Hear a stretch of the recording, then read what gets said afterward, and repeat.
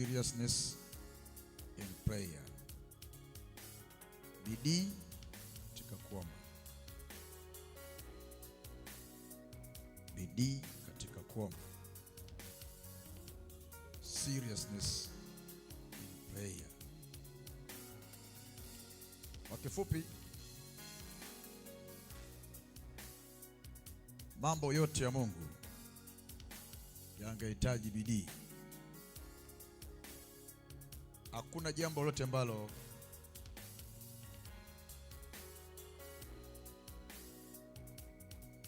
la kimungu linalotakiwa kufanywa katika mazingira fulani ya ulegevu. Chochote ambacho tungekifikiri kwa habari ya Mungu, kanisa, bidii inatakiwa. Halo. Wagaku hapo. Labda tungeongea bidii kwa upande wetu kama watu wa Mungu, na tungeona kuwa kama ni jambo la kawaida. Lakini nataka nikuambie neno hili, na ukae mzingatifu sana. Shetani na mamlaka zake zina bidii.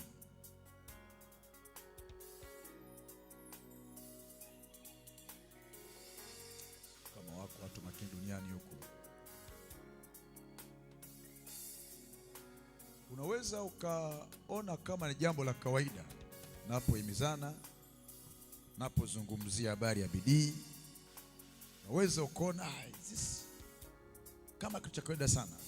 So kisiwe na mwamko ndani ya kwako binafsi.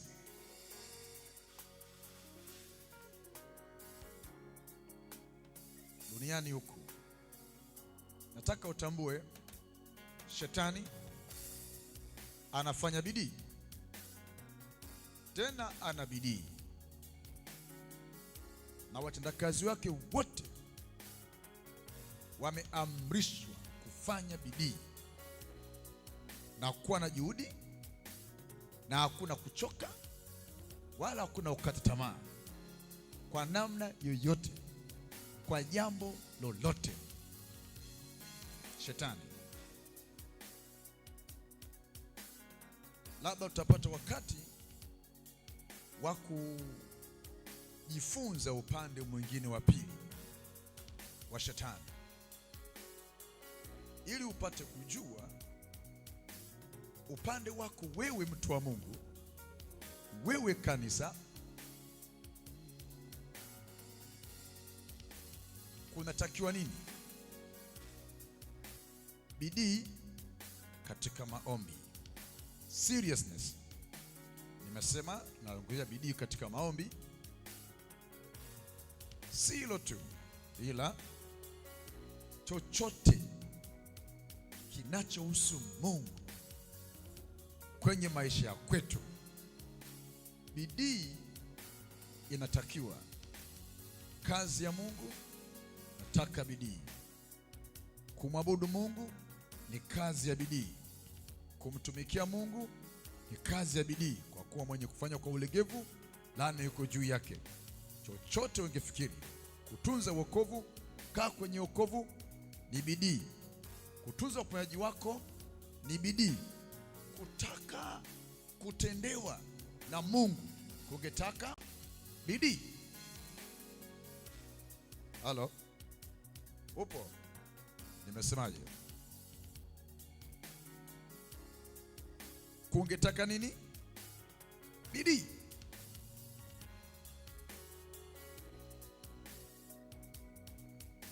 Kila jambo lingetaka nini? Bidii.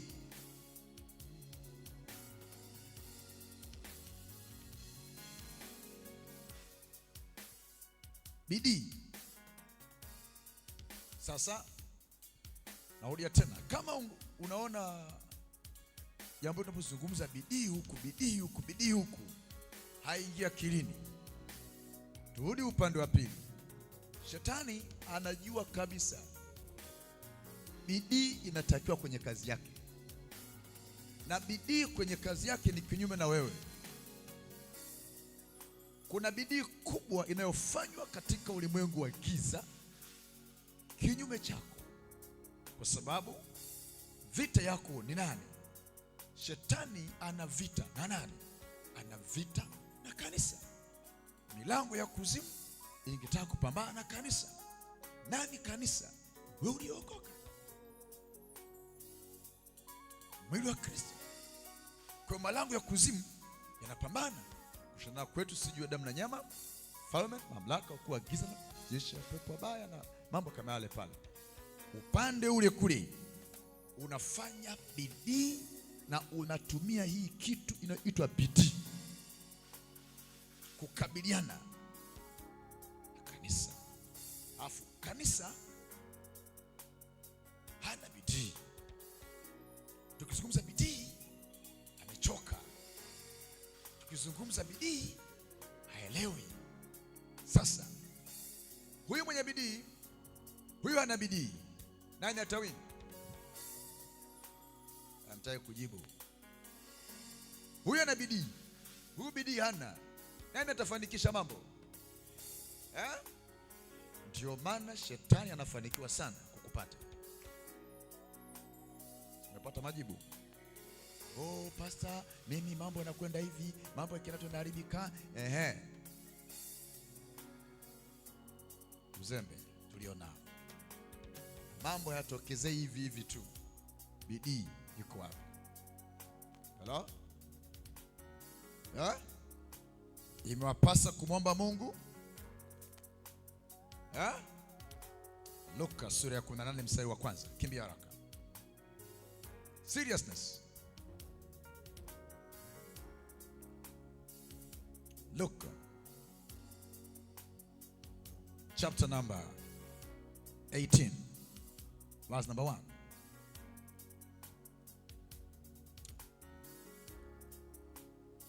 Akawaambia mfano,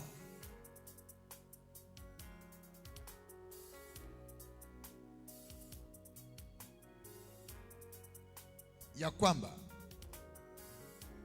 imewapasa kumwomba Mungu siku zote, then wala wasikate nini? Tamaa. Kukata tamaa ni hali ya kuchoka. Kukata tamaa ni kinyume na bidii.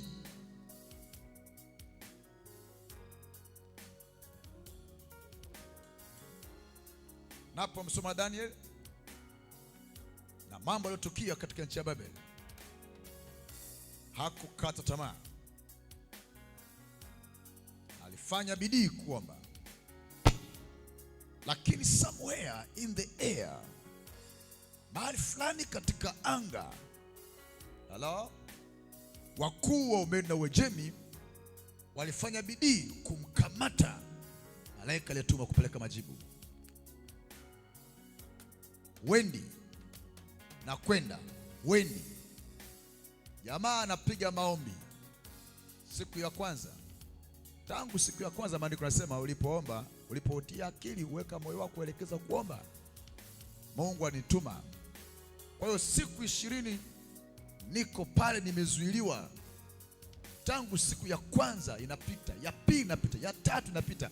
Malaika ameshadhibitiwa kwa bidii nyingi.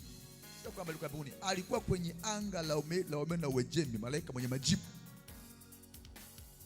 Kazuiliwa siku 20 mpaka na moja. Hafiki. Yes, kwa bidii amekamatwa. Wendi yako maanga yenye nguvu kuzuia mambo ya watu wa Mungu. Unakwenda mwepesi, wala una bidii ya mambo ya kiroho, wala kuna bidii yote. Wewe ni kusali na kusali na kujipumzikia hapo na kuona Mungu mwema, alhamdulillah. Is it okay?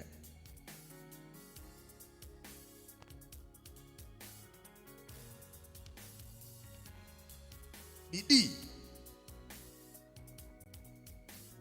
majibu yakamjia Daniel. Ndio unapoona kuna mambo yametokea mahali fulani ya kiroho makubwa, mtu wa Mungu nini, bidii, wala wasikate tamaa siku zote. Seriously, hapa kuna labda nyanja mbili. Maombi ni nini? Maombi, tunaposema kuomba, tunaomba kwa Mungu. Kwa Mungu tunaomba, kwa Mungu tunaomba, kwa Mungu tunanyenyekea, kwa Mungu tunashuka, kwa Mungu tunataka mambo, kwa Mungu. Maombi yetu ni wenyewe kwanza kuomba rehema, msamaha, lakini uhusiano wetu wa binafsi na Mungu ni maombi hayo yote, jumla ya mambo mle. Lakini na kumwomba Mungu mahitaji, yaani ni ujumla wa usalama wangu na Mungu, uhusiano wangu na Mungu, ushirika wangu na Mungu kuweka vizuri, ni matengenezo baina ya mimi na Mungu. Lakini pia na mahitaji. Hiyo ndio maombi. Hiyo ndio nini? Maombi. Tunamwomba Mungu. Lakini upande wa pili ambao pia unaitwa kama maombi, lakini hii sio maombi, hii tunaita ni mapambano. Ndio. Yote ni katika roho. Vyote ni katika roho. Tungemwomba Mungu, Mungu ni roho, tungeingia rohoni tukaomba Mungu, Mungu. Okay. Lakini vile vile kwenye mapambano tungeingia rohoni hivyo hivyo. Halo? Kwa hiyo tunapoingia rohoni kule kuna njia panda, kuna njia mbili. Moja, uhusiano wangu na Mungu. Hapa nitaomba, nitagalagala, nitaambia Mungu, Mungu nifungue, fanya hiki, fanya kile. Hapa nitaomba. Uhusiano wangu na Mungu ni mimi na Mungu, nakaa na Baba hapo hamna kelele. Hapo ni maombi, kama ni kulia namna gani. Hapo ni kutafakari, niko kwenye rohoni, nimeenda njia hiyo. Lakini pia naingia rohoni, naingia kona nyingine. Hapa nakwenda kwenye mapambano. Hello? Hapa hii hatuiti maombi. Hii ni mapambano. Hapa kwenye mapambano, hapa kuna kusukumana. Hapa kuna kunyang'anya. Hapa hatusemi na Mungu nini. Hapa unaingia na mamlaka ya kunyang'anya, mamlaka ya kupiga, mamlaka ya kufukuza. Hapa sio issue Mungu no. Hapa ni makabiliano. Hapa nazungumza na adui. Hapa namsemesha adui.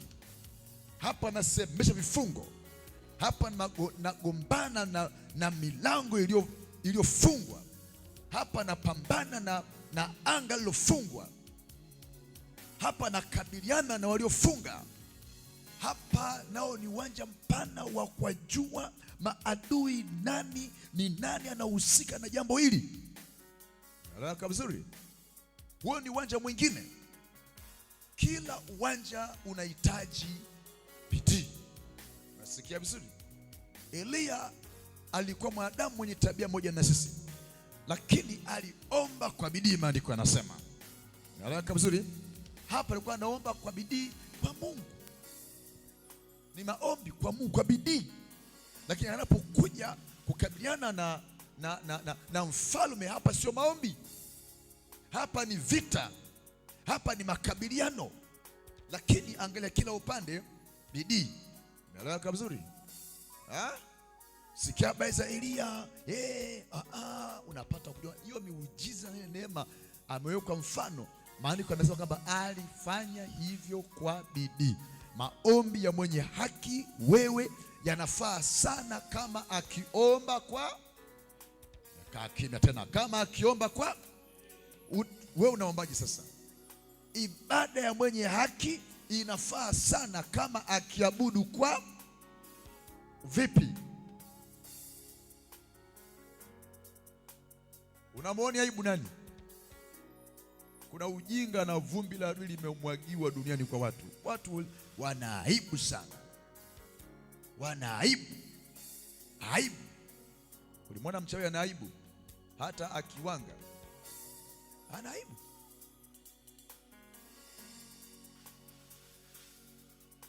Mtu ataka kufanya ibada yake mahali fulani, anafika hapo hana aibu, anaweka vifaa vyake hapo chini, anasujudu, anafanya mambo yake, hana aibu. Ati popote kapokutwa hana aibu, anamaliza sala yake na safari, hana aibu. Huku kwetu hata mkijifungia ndani kama hivi bado mna aibu. Aibu ya kuomba, aibu ya kumtukuza Mungu, aibu ya nini? Huu ni ushetani, umeharibu utaratibu. Nataka nikwambie kweli,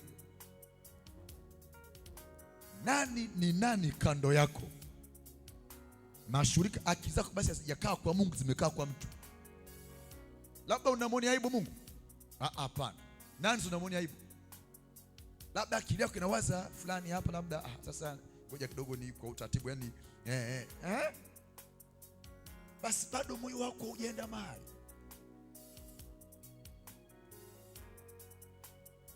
Kuna mambo tuyapige marufuku na tuyapige vita kwenye maisha yetu, yanayotufanya tusiwe na bidii, wakati bidii natakiwa. Na wewe kama utafanya bidii, adui zetu wanafanya bidii,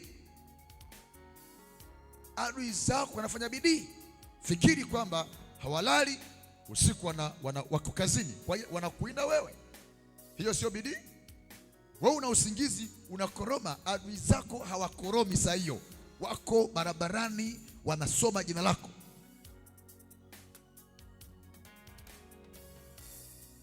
Wako mahali fulani wanataja jina lako, natajwa usiku mnene. Wewe umelala, umechoka, hata hujastafakari neno la Mungu, ndio na bidii yote. Umelala, umechoka, uko hoi mahali fulani, wala una mpango na ibada. Hata ibada ikija au unaangalia tu kama vile ipo kama haipo. Adui zako hawalali, wanafanya bidii.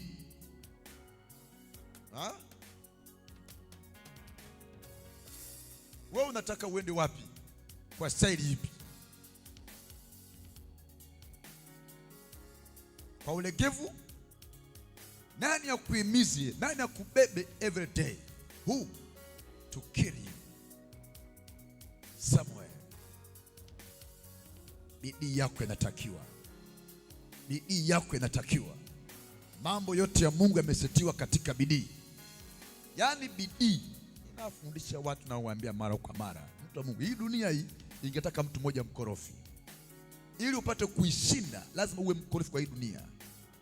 Uwe mkorofi kwa mambo ya kidunia, uwe mkorofi kwa udanganyifu wake, uwe mkorofi kwa mipango, uwe mkorofi kwa habari ya Mungu. Dunia hutanizuia, kazi hutanizuia, kibarua mimi ni mkorofi, nitakukataa. Kwa nani mkuu, kibarua au wewe? Watu fulani hawaelewa duniani huko. Nani mkubwa, kazi au wewe? Nani bosi? Duniani huko mtanikataa ninyi. Nani mkubwa, kibarua au wewe?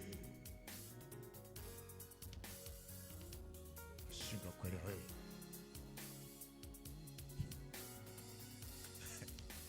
Nani bosi wa maamuzi yako? Ni bosi wako au ni wewe? Na mabosi huko duniani, who is your boss now? Kibarua, kazi ambaye mimi nafanya, sina kuacha, siandiki, naenda kuabudu au sifanye nini? Una kazi ya kuandika. Sasa sikiza, siandiki, nakwenda kuabudu Mungu. Nikitoka nikuja niendelee kazi. Mimi ndio nakufa.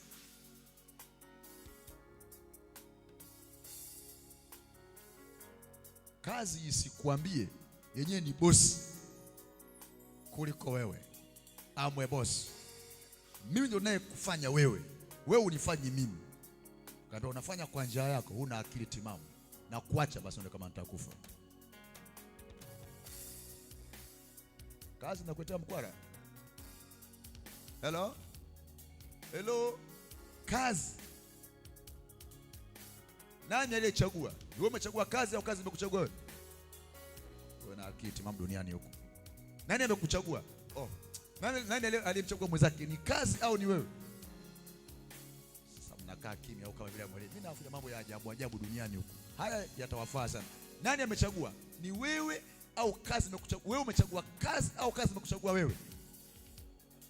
Kama kazi imekuchagua wewe, ndiye atakuwa bosi wako. Ila kama wewe umechagua kazi, amwe bosi. Kwa kuwa nimekuchagua, naweza nikakuacha sasa hivi na uniambie kitu. Uwe mkorofi. Maisha sio bosi. Mimi ndio naishi. Ukinigomea nagoma kukuishi.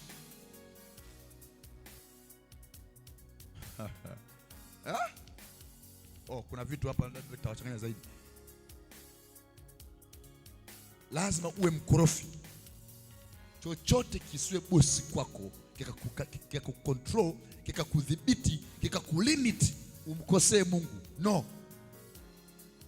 Hello? Chochote kinachofikiri kukosesha na Mungu, hata kama ni mkono wako, ni jicho lako, imeandikwa uling'oe, uliweke pembeni, ufanye kazi ya mna uingie mbinguni na jicho chongo kuliko kuingia jehanamu na macho mawili. Hata mkono wako unatakiwa ung'oe, kwa sababu unataka kukosha katika Mungu. Nani bosi?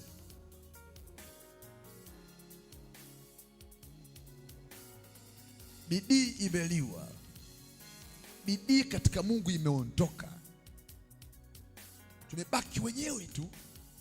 So tunakuwa wanyonge, tumekonda kwa upande wa Mungu. Tumekonda kabisa kabisa.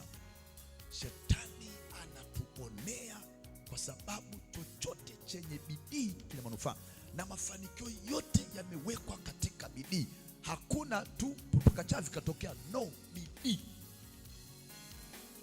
Hatukopi tu baraka za Ibrahim. Ibrahim alipata baraka kwa bidii. Alipoambiwa mtoe Isaka, alimwacha. Nakaa kimya hapa. Ingekuwa ungekimbia mbio nyingi sana. Ambia pepo kabisa mkubwa huyu anataka kuniletea mabalani. Miaka yote mambo hii ni baraka ya Bwana, hii sauti ya kipepo kabisa hii. Ungetoroka. Mungu apea, Mungu kama ni wewe hapa sijakuelewa, tukae ikao kwanza. Kwani bidii katika maamuzi. Hello? Bidii. Kwa hiyo unakopi tu na copy baki za Ibrahim za kwangu.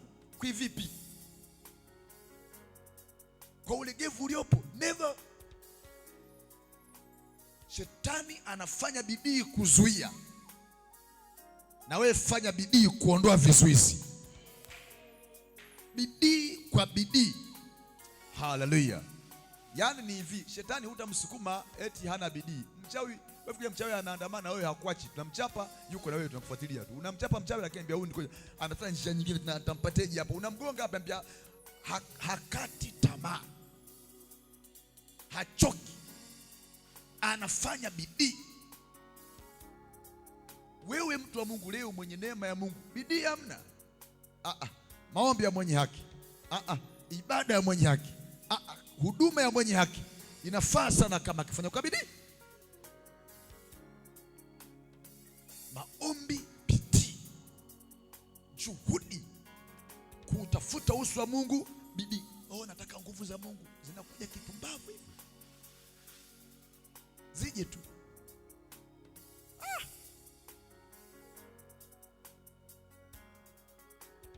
Kuna mijitu ungesoma tu hivi tu usema Mungu na mimi ningependa kweli kweli.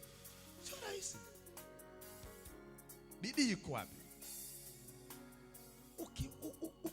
Ukipenda habari za Meshaki, Daniel na Abednego, lakini Daniel mwenyewe pia akiwa mwenyewe sio jambo rahisi. Bidii iko wapi? Hawa wanaonekana wana Mungu katika moto. Mungu ameinterfere, wamezima makali ya moto.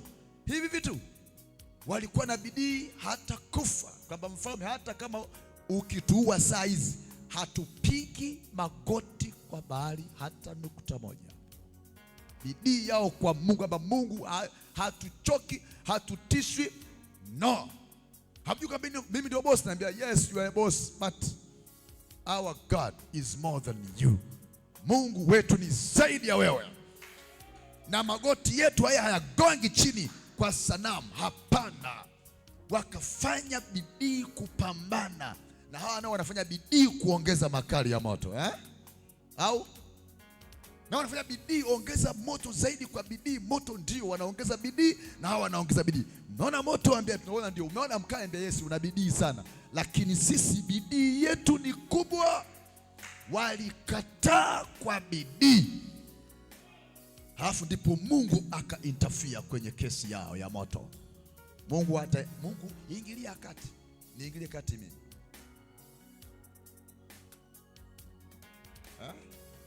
Wewe msichana, Mungu Bwana ingilia kati, simama mwenyewe. Yaani ujinga wa kutosha.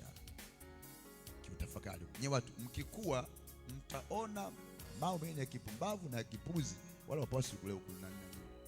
Aingilie kati Mungu kivipi? Bwana simama mwenyewe kivipi? Uliona wapi kwanza akisimama mwenyewe? Anasimama na mtu ambaye amesimama strong upande wake, ambia yes, kwa kuwa umekaza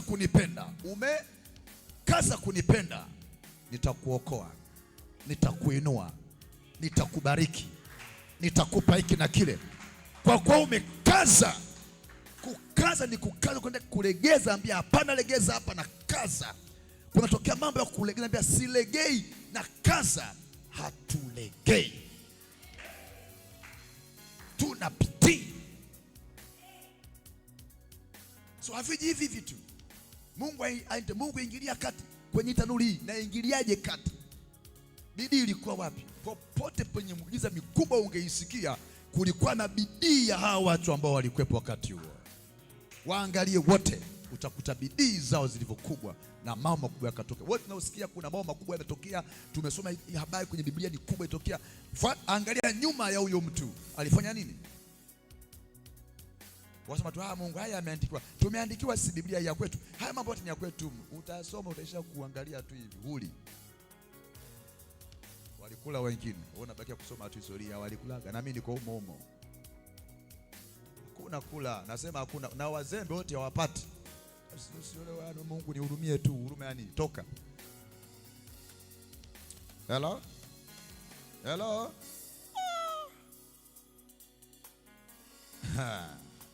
Mungu Baba. Mungu Baba kitu gani? Nataka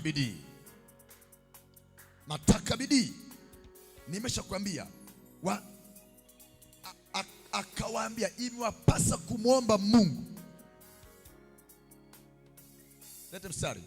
Imewapasa kumwomba Mungu. Akawaambia mfano ya kwamba imewapasa kumwomba Mungu daily. Imewapasa, yani inakulazimu. Wewe unatengeneza mambo, adui yako anatengeneza kwa bidii kuharibu unayoyatengeneza. Wewe unaumba, yes, umba. Yeye anafanya bidii kuhakikisha kwamba anaharibu. Mungu ndio alifanya bidii kuumba mwanadamu, kaumba vizuri kwa mfano wake, kwa sura yake, akafanya kila kwa bidii zote, akamwambia kusafi. Ibilisi naye anakuja kuharibu kwa bidii hivyo. Bidii na werevu na ujanja na nini uitengeneza, anakuja kuharibu. Na nataka ujue hiyo openly, ujue hiyo wazi kwamba adui yako huishi bila ya upinzani hapa. Au unaishi tu, hamna mpinzani wako hapa, umekaa kimya, hamna mpinzani wapo. Wanafanya hivi, ushawahi kujua kwamba wanafanyaje? Sasa unabafu leo una mpinzani afu hujui kwamba anafanya nini? Ni ujinga. Samani. Nakwambia ukweli. Yes, kama unajua una mpinzani shetani, lazima ujue anafanya nini ili kukupinga. Unafikiri kama ni mpinzani angekupinga katika yapi? Wataka afya njema, haiji.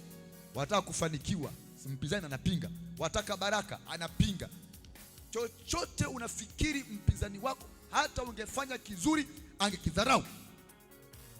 Unategemea kwamba nikupongeze nini? Mimi ni mpinzani wako. Hata ufanye kizuri, anambia kufanya kitu cha kijinga cha hovyo. Kwani hamjui? Akina Sanbalati walimwambia nini Nehemia? Wanajenga hicho. Wewe ukuta unaojenga hata mbweha tu, yani mbwa mdogo akipita hapo juu tu ukakuta kana Sanbalati yake yenyewe yako. Wanajenga kitu kijinga, wakadharau kazi ya ukuta wa ujenzi. Si mmesoma? Wewe unajenga ukuta mkubwa mpana futi 6 mapana yake hivi. Akasema watu wakijenga hapo wanajenga nini? Wanajenga ujinga. Yani akadharau kabisa, akasema hata paka akipita juu yako kaukuta kao kanasambaratika hivi. Ni kweli? Sio kweli, lakini adui yako mpinzani, hata ungefanya kizuri kwako, hata kupongeza, atadharau tu, na anabidi kukuchafua. Unajua kwamba una mpinzani? Watu bado hawajaelewa. Unajua kwamba una mpinzani? Yupo shetani mwenye kupinga day and night. Tena ni mshtaki, anakushtaki kwa mashtaka machafu, na anafanya bidii usiku na kanisa. Umelala usingizi, una habari, una mpinzani mbaya na anafanya bidii. Salama, kama unajua una mpinzani, ujiulize, huyu mpinzani ndio yupo hivi, kazi yake ni nini kinyume changu? Chochote unawaza, ukisubaa kidogo tu ameingiza guu. Leo hapa, kesho pale. Ndio maisha ya mwenye haki. Mateso ni mengi sana. Then imeandikwa tu. Kwa hiyo sema katika jina la Yesu. Sema katika jina la Yesu. Sema katika jina la Yesu. Tukisema kupiga ama kushambulia, sio umelala eti namna gani? Ni bidii kutoka rohoni, bidii mpaka mwilini nimechangamka. Siwezi kupambana eti nimeegamia hivi katika jina la Yesu, katika jina la Yesu. Sawa, ni rohoni, ni sawa tu, haina tatizo. Hiyo ni kwa watu level hizo, ni nyingine kabisa, sio sisi tunaanza beginners. Yaani level hizo, mteule ushafaulu kwenye kukimbizana, kwa kuruka ngumi juu, tikitaka sarakasi, ndio baadaye unaingia kwa sasa. Hapa nikitokea tu hivi tu, yani my appearance, sisemi neno. Mimi napenda niwe kama vile. Haya, penda hivyo. Hicho kiatu hicho kukivaa, kivaa kama kinakutosha. Utembea kwa mapito yake huyo mtu. Upo?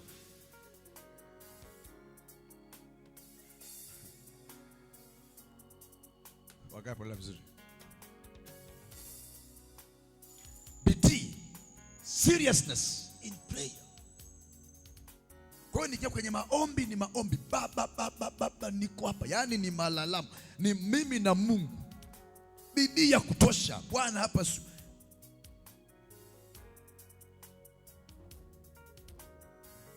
Yakobo hakubarikiwa tu na jina jingine na kubadilishwa utambulisho wake. Alikuwa hapambani hapa na shetani, hapa alikuwa anakabiliana na Mungu. Sawa, kuanzia usiku mnene mpaka alfajiri, kwamba siku achi. Hello Bwana, hapa leo Mungu hapa, nio kwenye maombi, Mungu hapa siku achi Bwana, mpaka unibariki Bwana.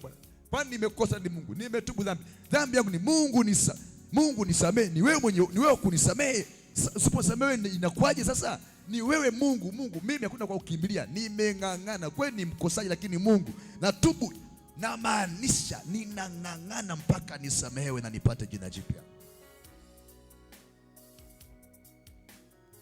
Daudi ananiambia, Mungu, nimefanya makosa mabaya ya kutosha, nimekutenda dhambi wewe, ndio najua maovu yangu ni mengi, I know, lakini nani wa kunisamehe? Ni wewe Mungu. Niko hapa, ni wewe Mungu, nikiende wapi sasa? Ninang'ang'ana, naonyesha kweli natubu. Najua sio tu baba yetu, baba yangu wa mbinguni nisamehe, rehemu, kwa Mungu anakusamehe tu. Mazoea vile, sawa toba, haya baba, baba, naomba nisamehe, naomba nisamehe. Nimetazama sana, sitorudia tena. Unafikiri ndio umesamehewa? Level nyingine. Hamjaona wamekaa macho makavu tu? Hujaona watu wanatubu kwa ugagala na majivu na nguo rarua kule, wanakaa hapo, hakuna kula, hakuna kunywa, ni toba au yakaa kimya? Nini ya kugaragara kwenye mavumbi, rarua mavazi, tunatubu. Hii ni toba ya kulia kwa machozi kwa makosa ambayo nimefanya na kugaragara vya kutosha mpaka Mungu aridhike kwamba kweli mtu anatubu. Sio tu baba, niko hapa nisamehe dhambi zangu, nifute jina langu mbinguni, yeye mbinguni, salamu, amen. Hapo ni kuzaliwa tu. Baada ya hapo acha ujinga.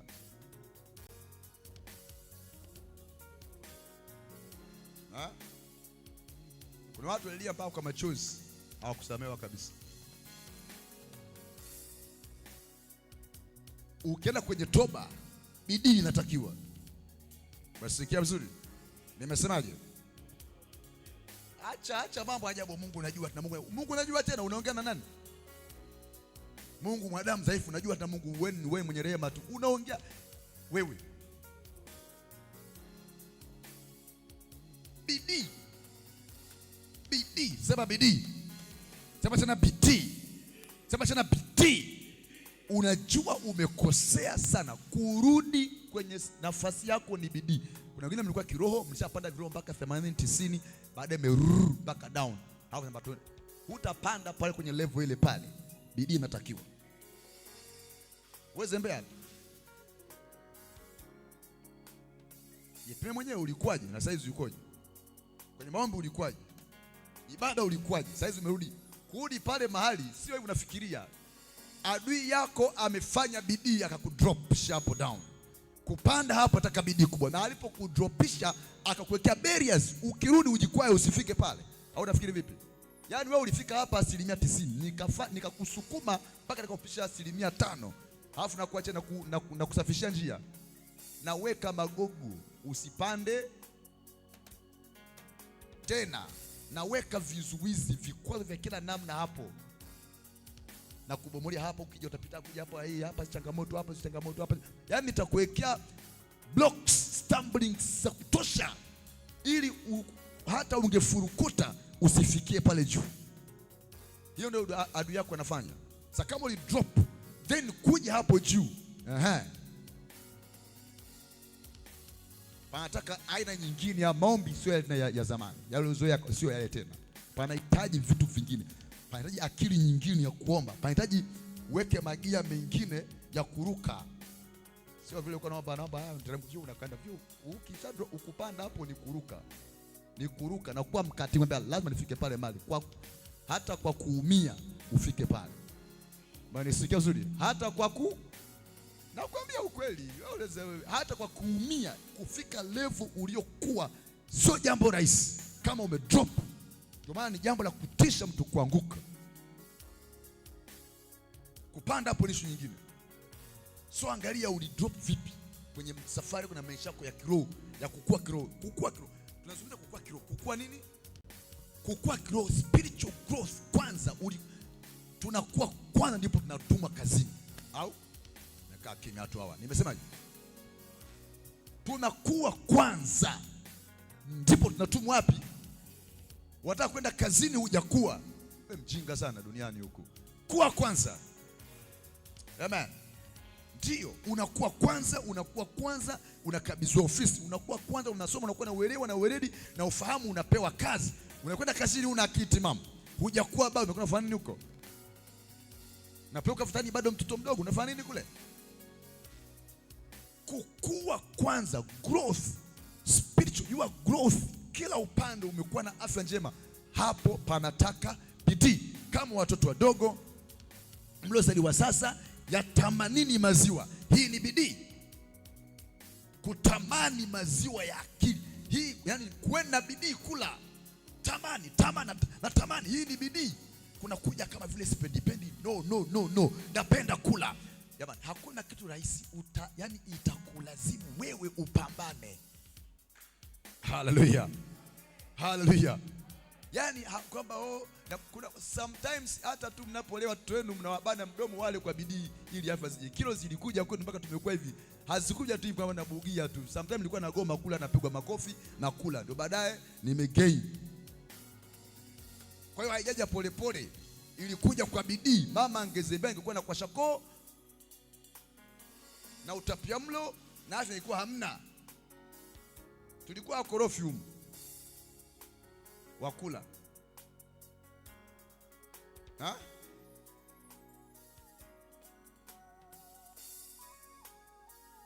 Ukiona mwana kafanikiwa kaenda kafaulu na nini kafanikiwa kaenda huko maisha yake yamkwenda sawa sawa, unafikiri ilikuwa rahisi? Mwize babake na mama yake alivyomkuwa anamnyosha huko darati mpaka amekuwa hapo.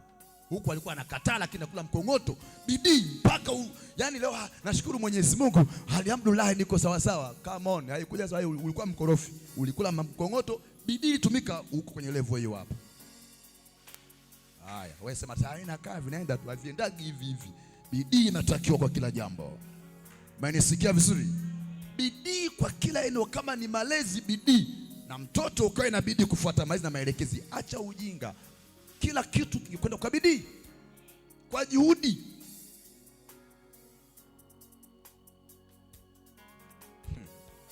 Nende mbali. Hakuna kinachozaliwa pasipo bidii. Hata mama azaapo anazaa kivipi? Hivi vitu. Nataka vije tu bila kuweza maneno. Bidii. Wengine mpaka visu pia anakubali kuingia kisu mtu atokee. Anariski maisha kwa ajili wa uzaliwe. Hii ni bidii iliyoje?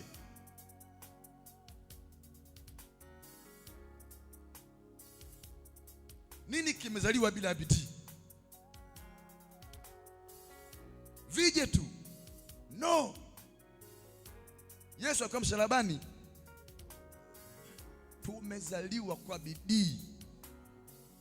Kuutoa uhai wake mwenyewe, analia machozi ya damu. Baba, kikombe hiki ni bidii, lakini mapenzi yako yatimie. Ya kwangu no, ya kwako Bwana. Bidii. Isaka hapatikani kirahisi. Bidii ya Ibrahim ya kumsadiki Mungu katika uzee, kama bidii. Mambo yaje kwa bidii. Bidii ingebadilisha mazingira yako. Bidii ingeondoa kila aina ya utasa unaoonekana. Bidii ingeondoa kila aina ya ukame unaoonekana. Bidii hazipo, sometimes vitu vinakaa kwetu kwa sababu bidii hamna ya kuviondoa. Ukawe na bidii kuondoa katika jina la Yesu. Ugonjwa ukija kwenye mwili wako unatakiwa bidii ili utoke pale. Ukiuzembea unakunyosha kaburini. Umekaa kimya. Ugonjwa ukiingia kwenye mwili wako ufanye bidii kuuchomoa. Ukichula kidogo tu utanyoa kwenye sanduku namna hiyo, tutakunyosha. Bwana amekupenda zaidi. Uzembe ulikuwa una bidii. Anakupenda tu. Unipendaje? Napenda maremi.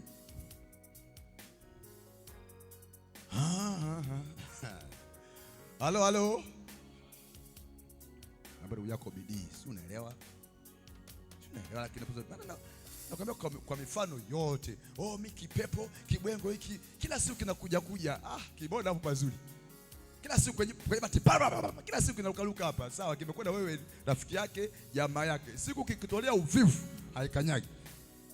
Na kwa siku kikitolea uvivu hatu hii, ila tu kwa sababu tumeona shindwa ulegea, ambia sawa. Nilegee mimi, hamna tatizo. Nalegeaje kama wewe una bidii? Mimi nalegeaje kama hivi? Nitalegea kwa wewe una bidii, mimi nilegee? Nilegeeje mimi wewe una bidii? Bidii yako inilegeze mimi. So hamna bidii. Nalegeaje mimi mjinga wewe umekaa hapo na kupiga tu unakula tu unalala tu usingizi, una bidii ya maombi, una bidii ya ibada, una bidii ya kusoma, una bidii hiki na hiki. Wataka nilegee? Mimi nalegeaje? Kwanza umekosa nidhamu. Kuongea maneno, ujitafakari kwanza. Sema katika jina la Yesu. Sema kwa jina la Yesu. Siku utakapoweka bidii, hakuna atakayecheza na wewe. Ukitaka heshima inakuja kwa bidii. Umekuwa mlegevu sana. Umeruhusu utani, heshima inakujaje? Hamna utani hapa. Nimekataa utani. Heshima ije hapa. Ingetaka bidii ya wewe kujiweka kwenye namna ya kuheshimika. Acha mambo ya kijinga jinga yote, heshima ije kwako. Umekaa kizembe, nani ya kuheshimu?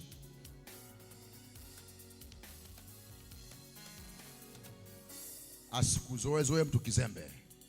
Sema katika jina la Yesu. Bidii ya kujiheshimu mwenyewe, watakuheshimu wengine. Umesikia sister? Wote ma sister hapa, hakuna bibi hapa.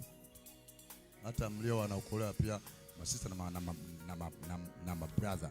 Mabro, mmenisikia? Lakini masista mpo sasa, unajiachia kama perege huko tu sokoni, kama perege imekauka. Anakuja anashika tu, hai perege imejaa ukungu, imeshikwa na kila mtu. Hiyo perege, tafadhali weka heshima kwa bidii. Hakuna mdhamini, mwana wa Mungu ni mtakatifu. Utakatifu nataka bidii ili ukae na wewe. Ushuhuda mzuri unataka bidii ya kwako ili ushuhuda mzuri, otherwise umejiachia. Hata kama hayapo yatakuja tu. Status yako ili kuitunza ingetaka nini? Ninyi ni watu wa kuheshimika. Mambo yetu, sifa zetu njema, tusipokuwa na bidii ya kuzizingatia zinaondoka. Ibilisi hapendi kabisa uonekane na una sifa njema, atakutengenezea maskendo. Wewe tunakuta hata kama huna, lakini akutie dosari fulani, anafanya bidii kwa ajili ya hilo, alafu unajiachia. Never. Sema katika jina la Yesu, nitajitunza katika Mungu kwa bidii.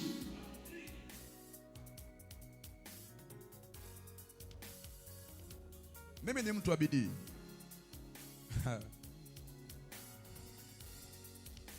Hawezi kuelewa. Asifeli mtu njiani. Asifeli mtu njiani. Bwana akuwekee nafasi katika bidii yako, kusiweko na vikwazo vya kuzuia. Wana sometimes unakuwa na bidii lakini watu fulani wanazuia, wanakuzuia. Barriers. Unakuwa na bidii lakini wanakuzuia. Yaani una bidii lakini kuna blocks. Sometimes ni marafiki au jamaa au watu hata hivi kama hivi tukundimu, hiyo utaweza kwani? Hiyo acha nayo. Yaani kuna vitu ambavyo weka pembeni chochote ambacho kinakuondoa kwenye bidii. Hata uwe peke yako, kimbia na bidii yako, Bwana kusaidia kufikisha malengo ya Mungu. Bidii. Bwana leo ibada, kuna marafiki ibada ukiona wamekuja wote siku ibada, ukiona hayupo jamaa zake pia hayupo. Hawa ni marafiki wazuri. Yaani hawa vipi leo ibada unaenda, mimi mwenzako siendi bwana. Sasa mwenzako sipo na mimi pia hivyo. Wote ni mambo yetu sawa. Kwa hiyo kuta wote hawapo ibadani kwa sababu hawa ni marafiki. Marafiki ambao ni wapumbavu, hawa watakuwa watenganishwe. Wanauana. Lazima uangalie nani ana bidii gani katika nini awe rafiki yangu. Amen, amen. Rafiki mvivu achana naye. Na ukamwambia kweli, rafiki amekaa tu, kila ukipanga plani za bidii anakuambia hiyo utaweza kweli? Yote anambia huyu ni pepo, ni shetani huyu hapa, ni mchawi tayari yuko hapa ndani, hajielewi. Achana na huyo mchawi. Maana sikia vizuri, lakini sema bidii. Katika maombi bidii. Kutafuta uso wa Mungu bidii. Tafuteni Bwana kwa bidii. Hallelujah, hallelujah. Kwa bidii. Seriousness. Sema katika jina la Yesu. Sema kwa jina la Yesu. Siku ya leo bidii ya kutosha. Samueli wa kwanza sura ya kwanza.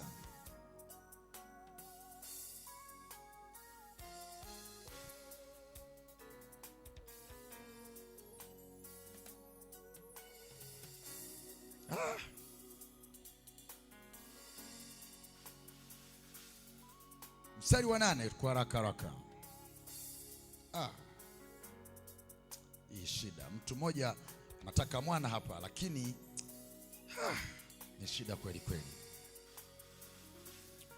Mumewe anamfanyia kila kitu kwa sawa lakini bado ana tatizo moyoni mwake. Kwa sababu anataka hitaji lake, anataka mtoto. Hana huyu. Elikana mume wake yuko pale. Mstari wa 8. Elikana akamwambia, mstari wa 8.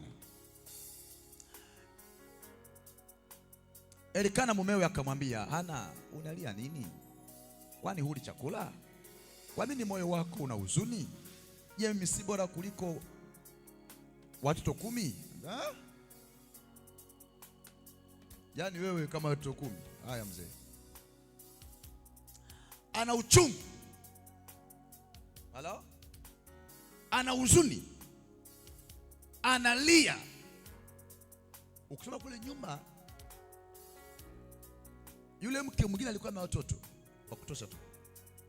Huyu kwa sababu hana hata mtoto mmoja, akawa anamzidishia mara nyingi, kama ni zawadi anampa nyingi zaidi. Yaani anazidi hivyo vyote hivyo havikumshusha bidii yake ya kutaka mtoto. Ni kama hongo fulani hivi. Bwana acha bidii. Unajua sasa, hebu ridhika tu, hebu ridhika tu. Ni Mungu mwenyewe, ridhika tu. Bwana wewe. No. Yaani haoni kabisa kama kuna kitu kitakachomridhisha. Hakubali. Hii ni bidii ya kutaka kile kitu kwa Mungu Mwenyezi. Bidii yake ilibadilisha utasa aliokuwa nao, akampata Samueli. Na nisikia vizuri? Wamesikia, lakini bidii ndio alikuwa na mazingira rahisi ya kukata tamaa kabisa. Kwa hiyo anajaribu kumpa hiki, anampa mara 2, mara 3, labda anazidisha zaidi. Sura ngapi unasoma pale?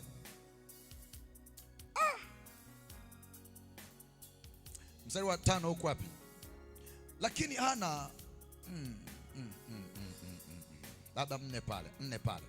Hata siku ile alipofika Elikana, alipotoa dhabihu kumpa mkewe Penina sehemu, akawapa na watoto wake wote waume kwa wake sehemu zao. Lakini Hana humpa sehemu mara 2, maana alimpenda Hana ingawa Bwana alikuwa amemfunga tumbo. Mstari wa 6. Ila mwenzake humchokoza. Ni unajua sawa. Tena mumewe Saba akafanya hivyo mwaka kwa mwaka, anampa mara 2, at least ajisikie namna gani vizuri. Lakini tena mumewe akafanya hivyo mwaka kwa mwaka. Yule mwanamke alipokwenda nyumbani kwa Bwana, ndivyo yule alivyomchokoza. Basi kwa hiyo yeye akalia sana asile chakula. Lakini mzee wa 8 sasa, Elikana mumewe akamwambia, unalia nini? Mbona mambo kama haya? Sasa vipi tena kula chakula? Kwa nini moyo wako una huzuni kama namna hiyo? Je, mimi mume wako si bora zaidi kuliko watoto 10? Wewe nani wewe? Anambia okay, sawa. Ndipo Hana alipoinuka. Mstari ngapi? Ndipo Hana alipoinuka 9. Walipokwisha kula na kunywa huko Shilo, naye Eli kuhani alikuwa akiketi kitini pake penye mwimo wa hekalu la Bwana. 10.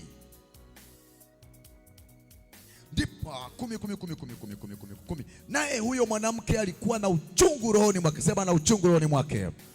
Akamwomba Bwana, akalia sana. Hii ni bidii. Ukimwona Samueli hakupatikana kwa ulegevu, alipatikana kwa bidii. Ukiona mambo yamezaliwa sio kwa wepesi, kuna bidii ya mtu fulani ndio wewe ukazaliwa. Wazazi wako walifanya bidii wakakuzaa wewe, wakafanya bidii wakakusomesha. Ni bidii. Usipuuzie chochote kilichopo. Leo nakimbia huku na kule, kuna bidii iliyotumika mimi kuonekana mbele yako leo. Kuna bidii imetumika. Unapoona mazingira nini haya, pull comfortable please. Nyuma ya hii mambo kuna nini? Tumeketi kama hivi, nyuma ya kuketi hapo kuna nini? Bidii fulani. Watu walijinyima, wakafanya bidii, wakakata tamaa, hali ngumu wakapita. Kuna machozi mengi, kuna vilio vingi, kuna kukosa kwingi. Unapoona hivi kuna mambo mengi, kuna gharama kubwa, watu wamejinyima, wengine wakakosa kile ili mambo yaende sawa. Bidii inatakiwa kila mahali. Na nisikia vizuri, lakini unapoishi usifikiri mambo yanakwenda tu without bidii. Kwa ndugu yako bidii inatakiwa. Kwa hiyo unalia, akalia sana. Endelea kusoma mstari wa 11 kwa haraka tukimalizia. Akaweka nadhiri akasema, Bwana Mungu wa majeshi. Hapo anaomba sio kwa bidii sana, kwa uchungu, na kumwambia Bwana Mungu wa majeshi, ikiwa wewe utaniangalia teso la mjakazi wako, kumbuka ni miaka, lakini bado hajakata tamaa. Ni miaka, hajavunjika moyo, bado ana bidii ile. Kwani Mungu amwache vyote hivi? Kuna mambo hayaji nimeomba tu vikatokea titi for that. No, bidii inatakiwa. Mungu angepima bidii yako kwanza. Ambia Mungu, niliomba tu akanipatia. Bidii yako. Anakuja huyu wakavunja dari, akaingia, ambia hey, umesamehewa dhambi leo uwe mzima, kwisha habari yako. Nini? Alipoona imani ni kitu kilichobeba bidii ndani yake. Imani ni kitu kimebeba nini? Imani ina bidii ndani. Imani ni the substance yenye bidii ndani yake. Kuna ingredients, kuna yaliyomo ndani ya imani, kuna bidii. Ndio maana hakuna kukata tamaa, kwa kuwa imani si kitu cha kukata tamaa. Imani inapingana na ukata tamaa. So bidii iko ndani ya imani. Wenye imani wote wana bidii. Amekaa kimya ukasema wenye imani hawa wana bidii. Huwa hawakubali kukwama, hawakubali kushindwa, hawakubali kufeli. Maadamu anajua Mungu yupo, Mungu amesema, wana bidii na kile Mungu. Imani ina bidii ndani yake. Lazima yatokee mambo makubwa. Kitabu hiki cha Torati kisiondoe kinywani mwako, bali usiku na mchana tafakari. Fanya bidii, kwa bidii, day and night. This book haiji simple like that. So teso hili na kunikumbuka mimi hapa, wala usinisahau mimi mjakazi wako, na kunipa mimi mjakazi wako mtoto mume. Nataka mtoto mume. Naona mtoto, yani specific. Nina specify, nataka mtoto mwanamume ukinipa. Huyu alikuwa amejaa kumtumikia Mungu, najua. Sio unapewa ukale msosi. Ya Bwana nipe mahela nikale. Pati. Sio wewe ukale hela. Tumikia Mungu, na ukipewa ukaenda kuzibugia tunanyang'anya. Kala kabao. Umefunga na kwamba Bwana amenipa. Alikupa hivi vitu kirahisi. Bwana akiti mambo vizuri. Kwani Mungu amekupa. Next time. Aish. Ndipo mimi nitakapompa Bwana huyo mtoto. Siku zote za maisha yake, wala wembe hautamfikiria kichwani mwake. Maana ni mnadhiri huyo. Huyo mtu alikuwa anataka tu kujile, nimepata mwana na mimi nilinge kati ya wanawake, na mimi na mtoto, na mimi siku na Penina hapa anamsumbua kila siku. Ni nani huyu? Ni nani jina lake? Ni Penina? Kila siku anamsumbua, anamzomea. Yeye huyu alikuwa na moyo kutaka kushindana na huyu Penina. Ya mjinga huyu, ajui. Mimi Bwana ukinipa sio kwa mashindano. Sometimes wewe unataka ilipate kupata mashindano. Wamenzomea ngoja na mimi nikipata watakoma. Subiri kama utapata. Akome nani? Na mimi nikifanikiwa watajua na mimi nimo. Na mimi niibuke, na mimi kidogo, na mimi kidogo niingie mjini, na mimi na mimi nioshe. Yaani ndio akili yako, yani kuosha. Yaani uone mbona mmechanganyikiwa nini huku? Ananieleza na huyu mwanamke amenionea sana, amenionea sana, ameninyanyasa sana, na mimi nikipata kwangu. Hayo ndio watu wamejaa mashindano. Mnaomba kwa maana mnaomba wala mpati, kwa sababu mnaomba kwa ajili mfanye nini? Ndio ulimwengu tunao sasa hivi. Kila mmoja anambia, na mimi nikipata hiki, na mimi wataona mtaani, na mimi nitaringa, na mimi kwa hiyo kupita unakuwa na maringo, unakuwa yani da. Bwana wanasema kwamba, wanasemaje wale Swahili kule, kwamba pata pesa tu kwa tabia yako au vipi? Wanasemaje? Wanasema nini sijui? Yaani sasa hivi hatukujui vizuri. Ngoja upate hela, upate mume, upate mke. Chapata mke anambia asante, utaniambia nini? Chapata mume anambia na mimi nimeshaosha. Anambia nipe na mume. Hivyo tu. Sema katika jina la Yesu. Ujinga uruhusiwi. Ujinga uruhusiwi. Ujinga uruhusiwi.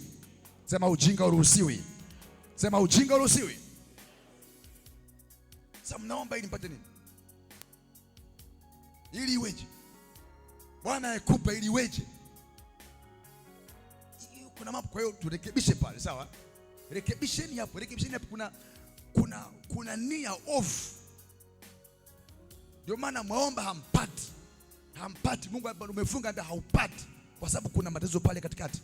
Sasa kufikiri kwamba huyu hana hapa, ana changamoto ya kutosha, imemkera miaka yote, analia tu mama, analizwa na mwenzake pale. Lakini huyu maombi yake ambia Mungu, ukinipa mwana namtoa kwako.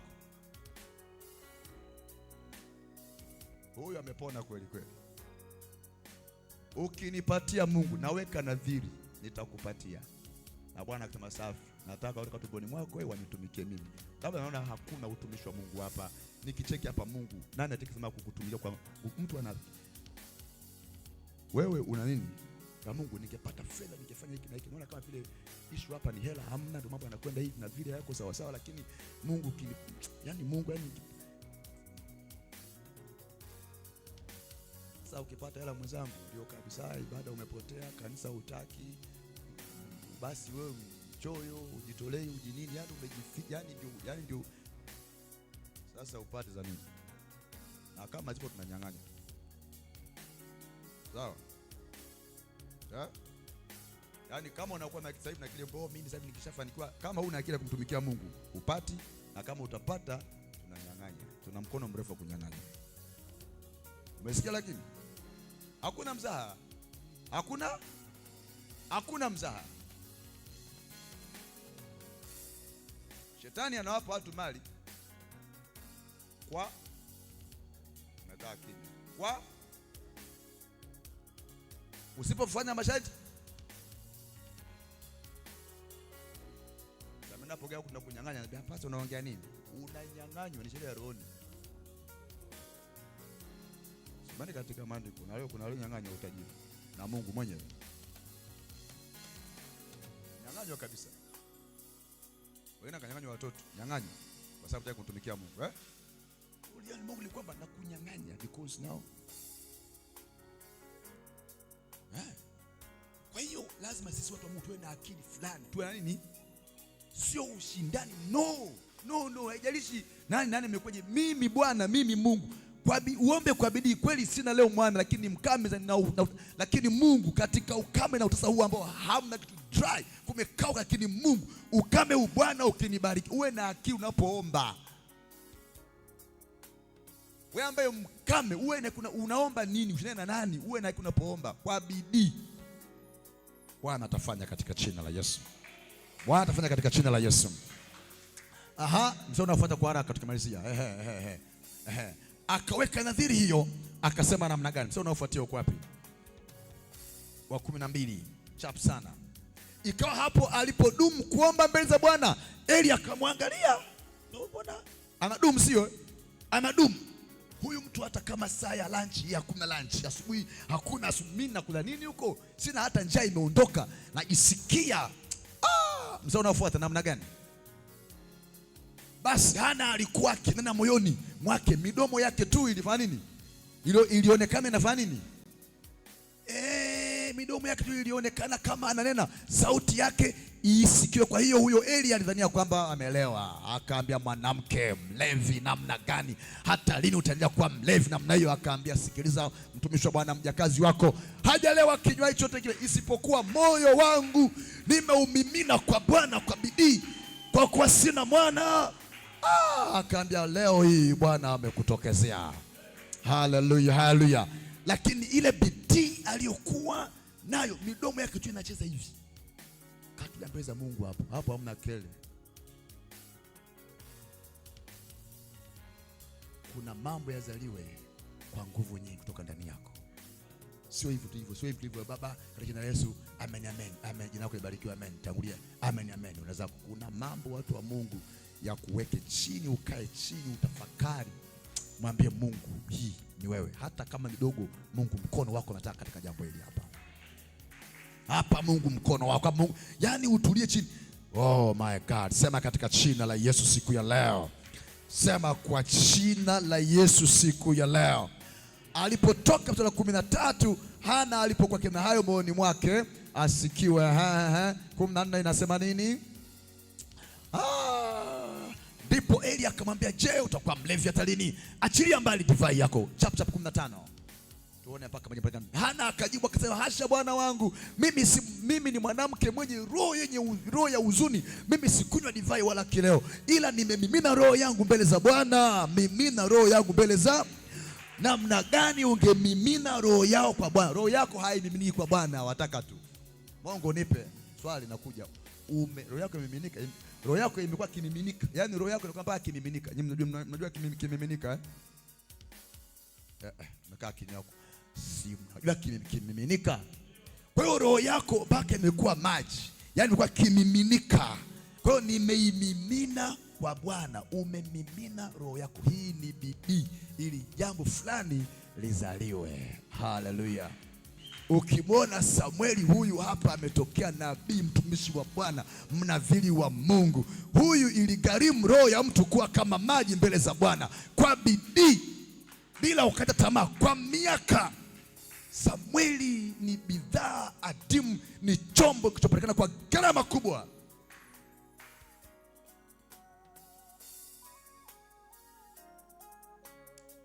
Tuzae vitu vyenye tija mbele za Mungu. Mungu, naomba hiki kikawe na utukufu kwa ajili yako wewe Mungu. Hii ikawe yenye tija, mambo yangu yote kama ni utajiri wangu uwe na tija mbele zako Mungu. Yaani uziguse mbingu. Kama ni ibada yangu iwe na tija, ni mambo yangu yawe na tija, ni elimu yangu iwe na tija kwako Mungu, sio elimu ya kipumbavu isiyohusisha Mungu. Elimu gani kijinga umepata wapi? Elimu ipo ndio afu haina faida na Mungu. Tutakufanya mjinga.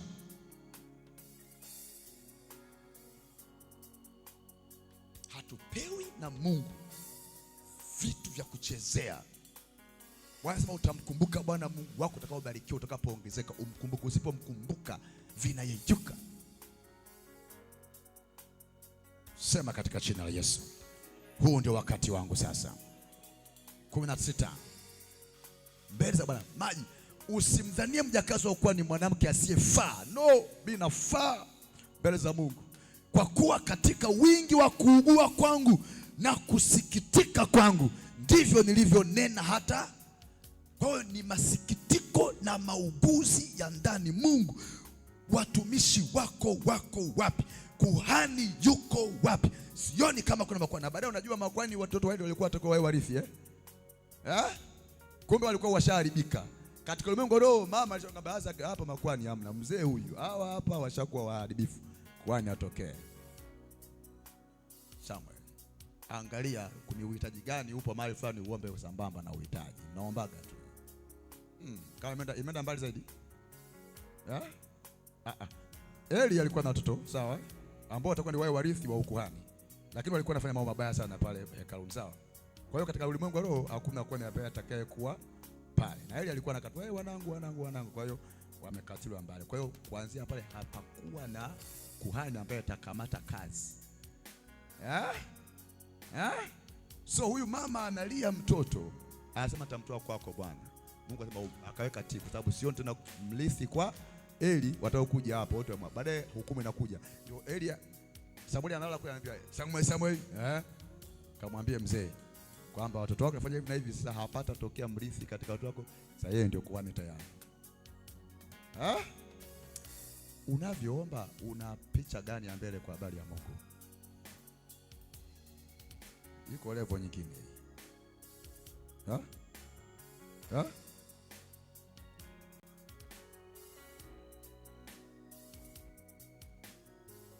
Nini? Kuna gap somewhere. Nikazibe pale. Mungu moyo wake ukaelekea kaambia sasa inaweka kwa sababu kuna kitu tumbo lako lilihifadhiwa ili kuleta kitu chenye tija next. Umehifadhiwa wewe, hali yako nayo don't worry, umehifadhiwa, lakini sasa uwe na akili kwenye situation hiyo nayo, sio kwanza kulaumu, kulalamika, kupiga nini. Hapa alikuwa amezunia kila Mungu. Halaumu mtu anachokoze tu, mimi wala sikujibu, sina ugomvi na mtu. Sema katika jina la Yesu, watu wa maono hawa hapa wawe na bidii katika Mungu wao. Wawe na bidii katika Mungu wao. Wawe na bidii katika Mungu wao. Wanasema Wewe na bidii katika Mungu wao. Malizia mstari unaofuata hapo tu, kinaendelea huko.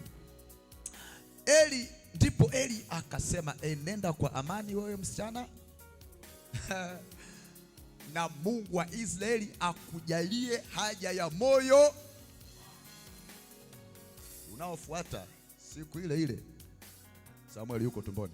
Soma kama unataka.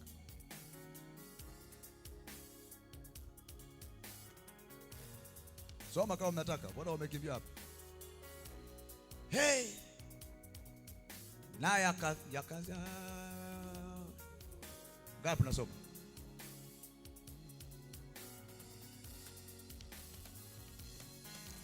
Jakazi wako naona kibali machoni pako.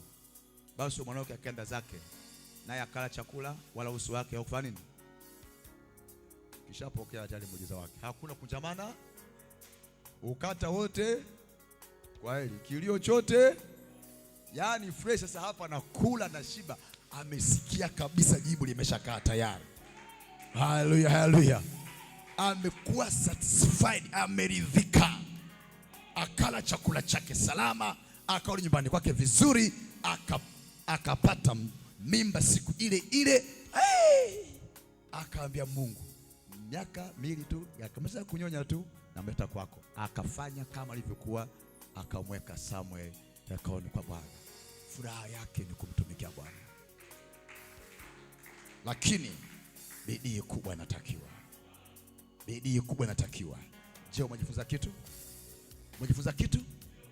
Kuna mambo kwako ya hata kama ni magonjwa sio ni kina gani, una I say bidii inatakiwa. Kipofu Batimayo, bidii. Yaani mambo ya ni bidii. Angalia maandiko, ni bidii. Simama kwa miguu yako kwa bidii kubwa. Simama kwa bidii yako sasa katika jina la Yesu. Malol magoli. Mwambie Bwana, hapa nataka kuponywa na kukaa sawa. Mambo ambayo hayakwenda sawa sawa.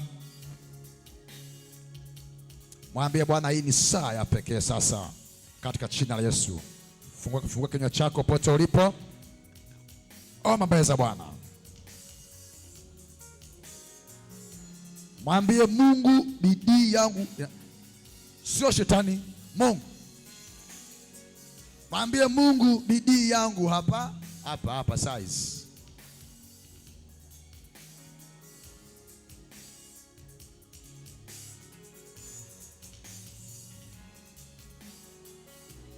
Bidii.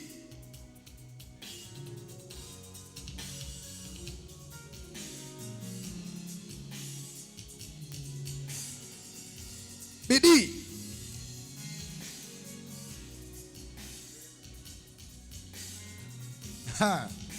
Mambo ya Mungu yangetaka bidii.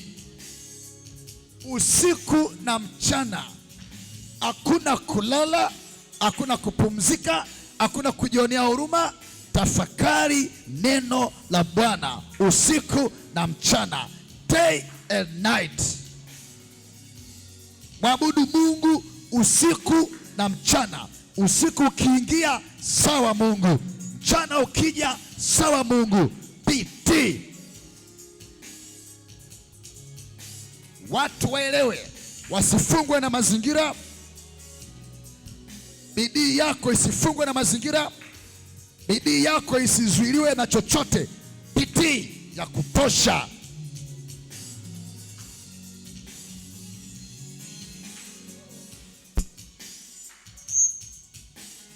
Bidii. Adui kinyume chetu anafanya bidii katika jina la Yesu mwana wa Mungu aliye hai. Siwezi kuwa mtu asiye bidii. Nakataa kwa mtu asiye bidii. Nakataa kwa mtu asiyekuwa na bidii kwenye maeneo yote kwa jina la Yesu.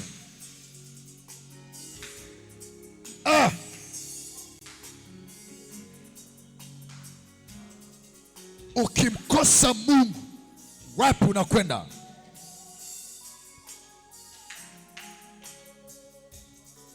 Ukikosa bidii katika Mungu, bidii iwe wapi?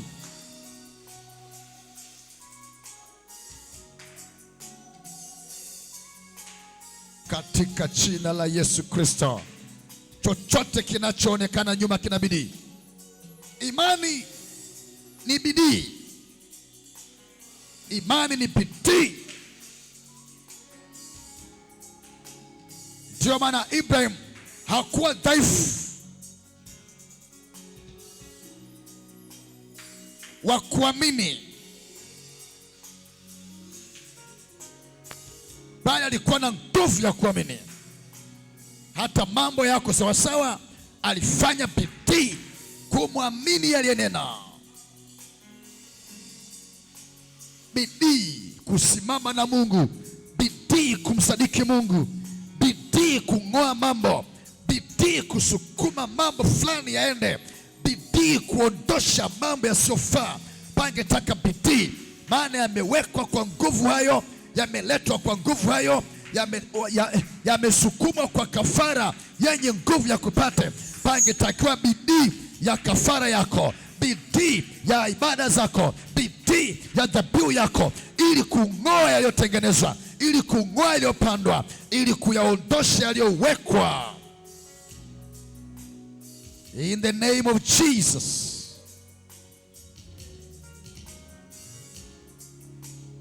Katika jina la Yesu Mwokozi, ukawe na bidii. Leo ikawe mwisho wa ulegevu. Tangaza mwisho. Nasema tangaza agana kabisa na ulegevu na namna gani vile zimekuwa. Sasa nataka juhudi, kuna kitu fulani hapa Mungu kizaliwe. Kuna level niende, kuna hatua nivuke, kuna mahali, kuna gap nivuke, kuna barriers, kuna kikwazo hapa nikivuke. Ingetaka bidii ya kutosha. Kuna jambo, kuna shimo hapa niruke. Kuna kitu nimewekewa hapa, kuna barriers hapa nimewekwa mbele yangu. Adui yangu asingependa nivuke pale. Hapa naongeza bidii ya kutafuta uso wa Bwana. Hapa naongeza bidii ya maombi. Hapa naongeza bidii ya neno la Mungu. Hapa naongeza bidii ya ibada. Ni juhudi yako wewe, utaenda mbali, utavuka ng'ambo, utavuka ng'ambo ya pili. Wengine watashangaa umevukaje kule. Ni kwa sababu ya bidii ulioiweka. Kuna gharama nyuma yake. Weka bidii ya maombi, weka bidii ya kusali, weka bidii ya neno la Mungu, weka bidii ya ibada, weka bidii ya kumtumikia Bwana.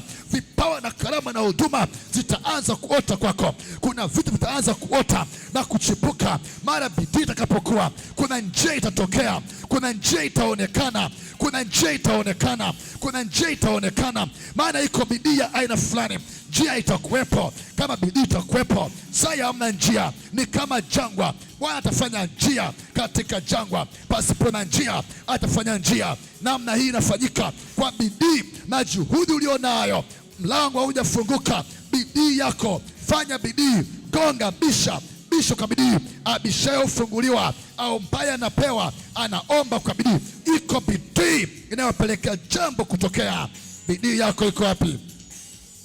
Bwana angeuliza, bidii yako iko wapi? Ni kweli mwanangu, unapenda, unataka. Bidii yako iko wapi? Sikuoni kwa na bidii kunitafuta uso. Sikuoni kwa na bidii kunitafuta uso. Sikuoni kwa na bidii kuniomba. Sikuoni kwa na bidii, naona mkata tamaa. Sikuoni kwamba una bidii ya kunitafuta. Mungu anatafuta kwa bidii. Mkimtafuta Bwana anapatikana. Ukimtafuta kwa bidii, utakapotunza maneno haya na maagizo haya kwa bidii, ndipo utabarikiwa. Bidii ingetakiwa katika kutunza maagizo ya Bwana. Bidii yako iko wapi? Ongeza bidii.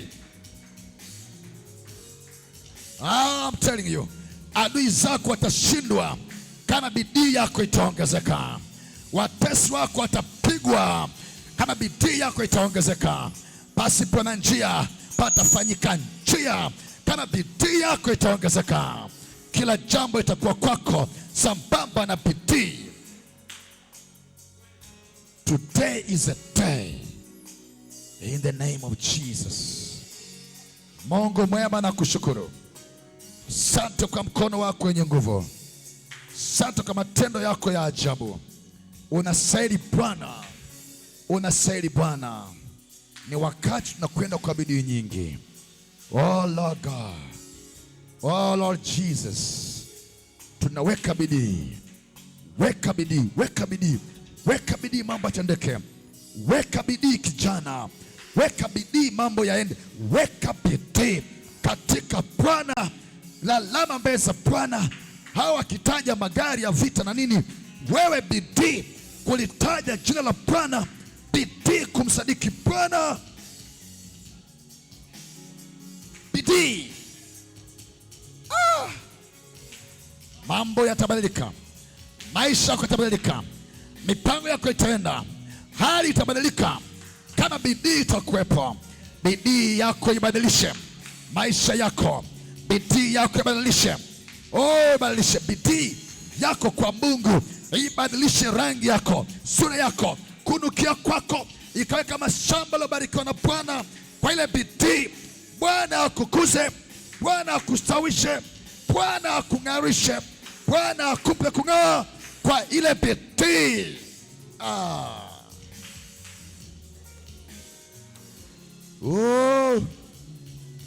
Lord Jesus.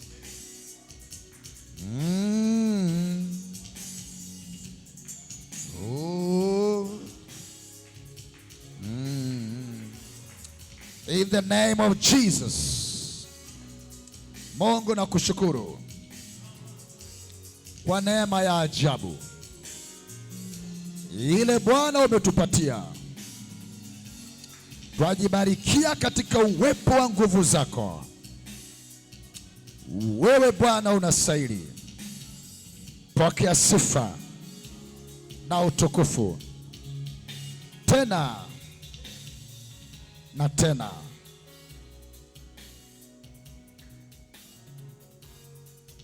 Katika jina la Yesu. Amen. Amen. Amen. Bwana akubariki sana. Wende ukifanya hivyo. Shalom.